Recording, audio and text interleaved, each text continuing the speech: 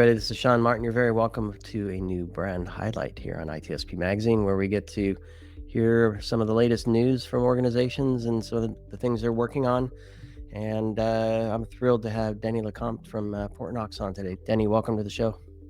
Thanks, Sean. Appreciate you having me.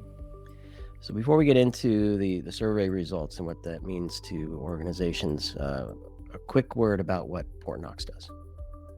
Sure. We are a unified access control vendor. We control who can get access to your data, whether that data is on the network. We can control who can get onto the network, or applications. So SaaS applications, on-prem applications behind the firewall. So whether your employee is in the office, whether they're remote, we can make sure that they can only get on from an IT managed device that is following policy. So we can enforce that policy, and we can enforce access based on the policy. So one of the other things we do is we control whether people use passwords or not. If you use our certificate-based authentication, which is what the vast majority of our customers do, no passwords. So that if you are on a managed device following policy, the certificate basically starts to act as the password. So then when we start talking about the survey, that's one of the things that that we've been asking CISOs about, since passwords are the root of most security problems. We sort of made it our mission to try and help people get rid of those passwords. So we have a couple minutes here to kind of dig into the survey. And I think certainly identities have changed a lot. AI changes policies and how people use machines a lot, and actually using AI. So what are some of the uncertainties that CISOs are concerned about that kind of highlight the findings in the report? Well, definitely one of the things that we see is that while they feel pretty confident about kind of traditional cyber threats, their confidence level is much less when it comes to anything around AI generated or synthetic identities. So that, people know this is changing so fast and they don't really know what to do about it. And I would say that's pretty typical of any new technology. We are all excited about it as an industry. We put it out there and people start using it. And then usually we wait until there's a horrible incident. And then people say, maybe you ought to secure this thing. So I think CISOs are at the top of the chain and they're like, hey, how are we gonna handle that?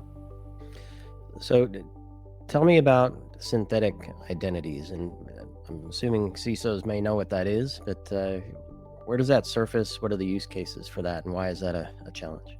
Well, you hear more often, the AI folks are always talking about agentic AI. Well, that agent that's going to be doing stuff for you, whether that's coding or writing, or the more we automate, well, that is an entity. It's on your network. It's accessing your application. So it's a synthetic identity. And in some sense, we had those forever. I mean, everybody's got agents. Like Portnox offers an agent, but they're pretty dumb. The AI is just different in that it is a much more powerful agent, but you are going to need to control its access. What can it touch? If it can do a lot of stuff, just like you want to make sure that a sales guy can't mess around in the finance data, you want to make sure that if the AI is supposed to code, that it can only code in the sandbox you want it in. So we do think access control is going to be a big part of what you need to solve with agentic AI.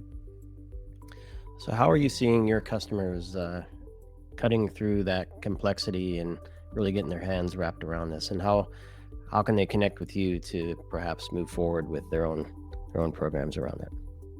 So our customers, I would say most of our customers are still dealing with more fundamental zero trust, and that they're going to try and work AI into that. And for customers who are looking for help with how to make zero trust for all your identities, whether it's your user identities, your Internet of Things identities like printers and cameras, or your new AI agents, then you can come to Portnox. We will give you advice, but more importantly, give you really simple products. And you can just go to portnox.com, and that's Portnox, but with no K. It's obviously a play on Fort Knox, but just portnox.com. Perfect. Well, Denny, it's a pleasure to chat with you today, and keep up the good work. Obviously, identities are at the core of pretty much everything we do, whether they're real human or synthetic or non-human, whatever you want to call them. That space is only growing, and I'm glad you're on the scene to help us out. So everybody listening, thanks for joining us here for this brand highlight. Do connect with Denny and the Portnox team, and we'll see you all on the next one.